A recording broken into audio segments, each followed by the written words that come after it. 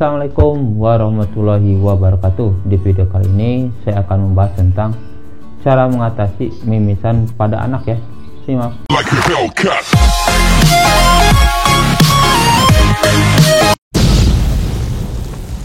Mimisan pada anak atau epitaksis itu adalah pendarahan di hidung ya.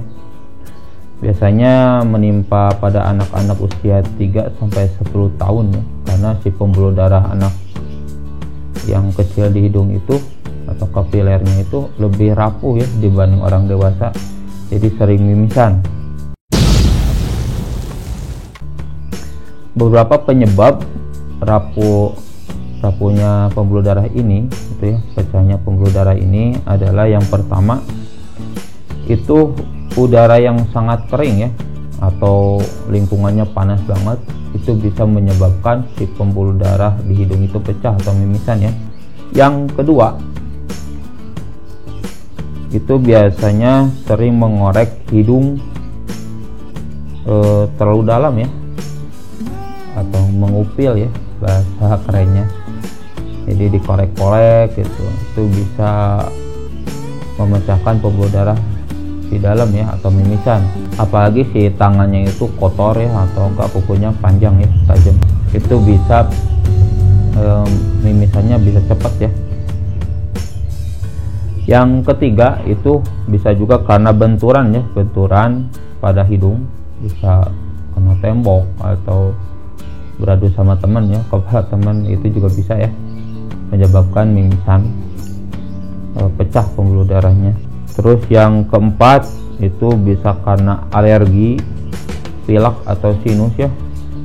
Jadi orang-orang alergi itu biasanya kalau alergi biasanya hidungnya suka tersumbat ya.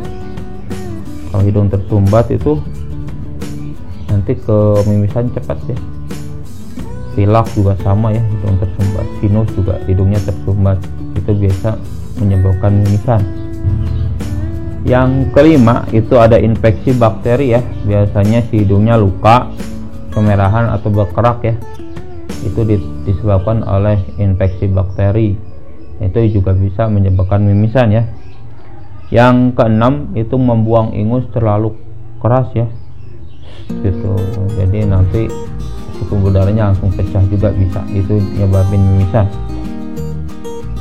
Yang ketujuh, sering memasukkan benda asing ke hidung ya.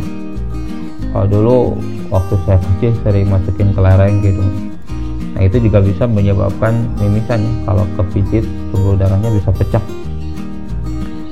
Dan yang kedelapan, yang terakhir itu karena efek samping obat, itu obat-obat tertentu bisa menyebabkan mimisan ya. Nah, gimana cara mengatasinya? Yang pertama itu jangan panik dulu ya, jangan panik, tenangkan diri, tenangkan anak ya, jadi sikap tenang. Terus yang kedua, dudukan itu si anak itu dengan posisi kepala agak menunduk ya, atau tegak juga boleh, atau agak menunduk agak miring juga boleh ya, yang penting jangan menengadah ya, itu bahaya. Yang ketiga, diusahakan jangan menengadah atau jangan bersandar ya, agar si darah itu tidak mengalir ke tenggorokan. Jadi enggak ke tenggorokan, enggak ke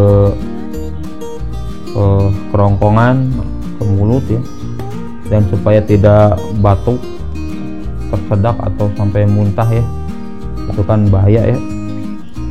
Jadi intinya jangan bersandar dan jangan menengadah. Yang keempat, si hidungnya ditutup pakai tisu atau lap bersih ya. Terus si bagian tulang lunaknya itu dipijit aja ya, tapi jangan terlalu keras biar nggak sakit, pijitin aja.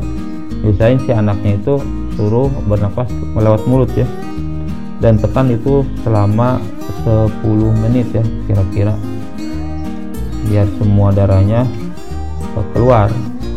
Nah, sembari ditutup itu yang kelima, bagusnya dikompres air es ya di pangkal hidungnya biar si pendarahannya berhenti. Jadi sambil dipegang ini, di ininya dikompres.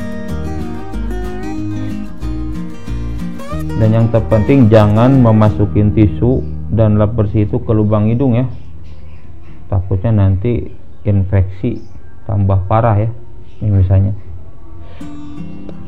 Tapi jika udah 10 menit masih keluar darah, itu diulangi lagi ya, 10 menit lagi dicoba dipijit lagi